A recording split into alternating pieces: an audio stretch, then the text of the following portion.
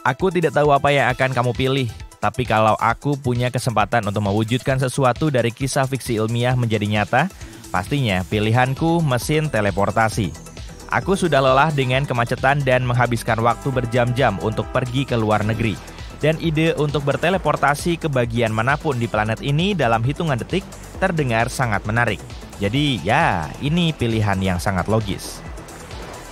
Bayangkan kita hidup di dunia seperti dalam kisah fiksi ilmiah dan mesin teleportasi sudah ada. Kalau ingin nama ilmiah keren untuk eksperimen yang sedang kita lakukan ini, sebutannya eksperimen pikiran. Eksperimen pikiran adalah praktik umum dalam filsafat dan mereka membahas skenario yang kreatif dan tidak mungkin.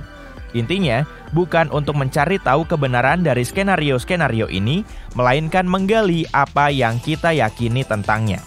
Kita akan melakukan eksperimen pikiran dan membayangkan sebuah dunia di mana teleportasi adalah sesuatu yang umum. Apa yang akan terjadi dan apa saja kemungkinan yang ada di dunia itu? Ayo kita berjalan-jalan di London, ibu kota Inggris. Ya, London masih menjadi ibu kota Inggris, bahkan dalam realitas ini. Lihat bilik telepon merah itu? Ayo kita masuk. Aku bukan ingin memintamu menelepon nenek dan menanyakan kabarnya, meskipun sebaiknya itu kamu lakukan. Dalam realitas ini, bilik telepon ini adalah mesin teleportasi. Siapa juga yang masih membutuhkannya untuk menelepon? Bilik telepon kini digunakan untuk sesuatu yang lebih berguna. Nah, sekarang kamu hanya perlu memilih tujuanmu. Gunakan angka-angka untuk mengetikkan kode pos tempat tujuanmu. Sekarang kamu bisa melihat beberapa pilihan di layar. Itu adalah koordinat lokasi teleportasi di area tujuanmu. Tentu saja, kamu tidak bisa berteleportasi ke sembarang tempat. Ini tidak aman, karena kamu bisa menabrak orang yang sudah ada di sana. Jadi, ada lokasi-lokasi khusus. Kamu ingin pergi kemana? New York? Oke, ketik 10020. Sekarang pilih lokasinya, misalnya tempat ini, yang dulunya kios koran. Ya, tempat itu juga digunakan karena tidak ada lagi orang yang membaca koran. Katakanlah namamu Alex. Boleh aku memanggilmu Alex? Pasti boleh ya. Oke Alex, konfirmasi pilihanmu dan tekan tombol itu. Tiba-tiba kamu merasakan tiupan angin dan tubuhmu terbagi menjadi potongan-potongan kecil. Tenang saja, itu normal. Kamu dipindai dan tubuh, kesadaran, perasaan dan emosi, pengalaman dan keahlianmu semuanya diubah menjadi atom-atom. Itu tidak sakit. Kemudian tiba-tiba ada sensasi melayang. Hanya sebentar, seperti saat terjun bebas. Kemudian tiupan angin lagi, kamu bisa merasakan tubuhmu kembali menyatu. Awalnya kamu nyaris mati rasa, tapi sedetik kemudian kamu mulai merasakan lengan, kaki, detak jantung, dan seluruh tubuhmu. Kamu kembali utuh lagi, kamu kembali seperti semula.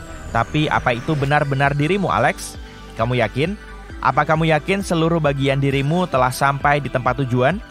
Kamu yakin kesadaranmu sudah berpindah tempat dengan aman bersama tubuhmu? Apa kamu yakin ini adalah dirimu yang asli, Alex?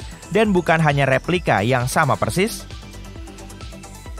Bayangkan ada ilmuwan gila yang menciptakan duplikatmu. Kamukah duplikat itu? Tentu saja bukan. Tapi kalau kamu menanyakan itu pada duplikatmu, dia pasti akan menjawab kalau dia adalah kamu. Lalu kenapa kamu, Alex? Begitu yakin bahwa yang berdiri di tengah-tengah Manhattan ini adalah dirimu yang asli? Alih-alih duplikatmu yang begitu yakin bahwa dia adalah dirimu. Pertanyaan bagus. Dan kita tidak akan pernah tahu jawabannya, Alex. Ini adalah pertanyaan yang diajukan oleh seorang filsuf bernama Derek Parfit. Apakah mesin teleportasi benar-benar sebuah bentuk transportasi, ataukah mesin ini melenyapkan dirimu yang asli dan membuat duplikatnya di tempat yang berbeda? Besar kemungkinannya itu yang kedua. Bayangkan kamu, Alex, mencampuri dirimu di masa depan dan memperlakukannya dengan buruk. Ini dianggap amoral. Parfit mengatakan segala tindakan menyakiti yang dilakukan seseorang terhadap orang lain dianggap tidak bermoral. Bahkan jika kamu menyakiti diri sendiri, dirimu di masa depan adalah orang yang berbeda. Jadi pada dasarnya, pola makan yang buruk atau melewatkan olahraga juga termasuk amoral, sama seperti perilaku berisiko atau membahayakan lainnya. Menurutnya, masyarakat harus melindungi individu. Itu sebabnya dalam filosofi Parfit, teleportasi tidak dibenarkan. Jadi, di dunia di mana mesin seperti itu ada, para pendukung filsuf ini akan menentang penggunaan mesin teleportasi. Seperti halnya para pencinta lingkungan saat ini yang memprotes pesawat terbang karena merusak lingkungan. Para aktivis baru akan menolak penggunaan mesin teleportasi manusia ini. Bisakah kamu memahami dilema ini sekarang? Apakah kamu siap untuk menyingkirkan dirimu sendiri dan memindahkan duplikatmu ke New York hanya karena 8 jam penerbangan dianggap tidak nyaman? Oke, aku mengerti bahwa mungkin tubuhmu bisa dipecah menjadi jutaan partikel, lalu dengan cepat dipindahkan ke tempat lain dan disatukan kembali. Tapi, sulit untuk membayangkan cara kerja metode ini pada kesadaranmu. Kesadaran itu non-materi dan tidak bisa dipecah menjadi apapun. Lalu bagaimana proses pemindahannya? Di sisi lain, kamu, Alex, tertidur setiap malam dan bangun keesokan paginya. Kita tidak tahu pasti apakah versi kita yang kemarin tidak lenyap begitu saja, dan versi hari ini bukanlah versi yang baru, dan tidak akan ada kamu yang lain esok hari. Mungkin kita beregenerasi setiap malam. Jika benar demikian, maka teleportasi tidak akan lebih buruk dari tertidur setiap malam, seperti yang selalu kita lakukan sejak dahulu kala. Atau mungkin ada replika baru dari diri kita setiap kali kita memasuki ruangan berbeda. Ada kemungkinan kita beregenerasi setiap saat tanpa kita sadari. Berikut ini satu paradoks terakhir untukmu. 2000 tahun lalu, Theseus mendirikan Athena. Dia memiliki sebuah kapal dan setelah bertahun-tahun kapal itu mulai rusak. Jadi orang-orang mulai merenovasinya papan demi papan hingga tidak ada satupun bagian kapal asli yang tersisa. Jadi kapal Theseus bisa dibilang terbuat dari bahan yang baru. Kalau begitu, apakah itu masih kapal Theseus atau sudah menjadi sesuatu yang lain? Jika itu bukan lagi kapal aslinya, lalu kapan kapal itu berhenti menjadi kapal Theseus dan menjadi sesuatu yang lain? Sebagian mungkin berpikir itu terjadi ketika papan pertama diganti.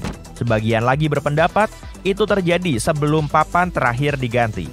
Dan ada juga yang mengatakan perubahan terjadi di antara keduanya. Nah, hal yang sama sebenarnya terjadi pada manusia. Kita beregenerasi setiap saat. Beberapa organ bertahan dalam hitungan detik dan menit, sedangkan organ lain bertahan selama bertahun-tahun. Tapi proses regenerasi terjadi setiap saat, dan kita bukanlah orang yang sama persis sepanjang hidup kita. Lalu apa bedanya dengan teleportasi? Memang benar saat kamu, Alex, masuk ke mesin itu, kamu akan lenyap. Tapi itu tidak ada bedanya dengan saat kamu lenyap sejak mulai menonton video ini. Selama kamu menonton, versi dirimu yang sebelumnya menghilang. Dan jika kamu melakukan teletransportasi ke New York, itu tidak ada bedanya. Lagi pula, kemungkinan musnahnya dirimu yang asli bukanlah satu-satunya masalah. Derek Parfit menjelaskan idenya tentang teleportasi dengan contoh perpindahan dari bumi ke Mars, dan dia melangkah lebih jauh lagi. Katakanlah manusia menjadi khawatir dan berhasil mengupgrade mesin teleportasi. Mesin ini tidak memusnahkan versi aslimu, melainkan hanya menciptakan replika dirimu di tempat tujuan, dan replika itu akan mengingat teletransportasimu dari bumi. Sekarang ada dua versi dirimu di alam semesta. Katakanlah kalian berdua bertemu. Kemudian kamu, Alex, bisa bicara dengan replikamu. Tapi karena kamu bisa bicara dengannya, itu berarti dia bukanlah dirimu. Kalau kamu mencubit diri sendiri dan dia tidak akan merasakan apa-apa. Jika kamu sakit, dia tidak akan merasakan apa-apa dan tetap sehat. Jadi dia adalah kamu, tapi juga orang yang berbeda. Jadi dia bukanlah benar-benar kamu. Oke. Aku harus menyegarkan otakku dulu dari semua pemikiran ini. Sampai jumpa lagi.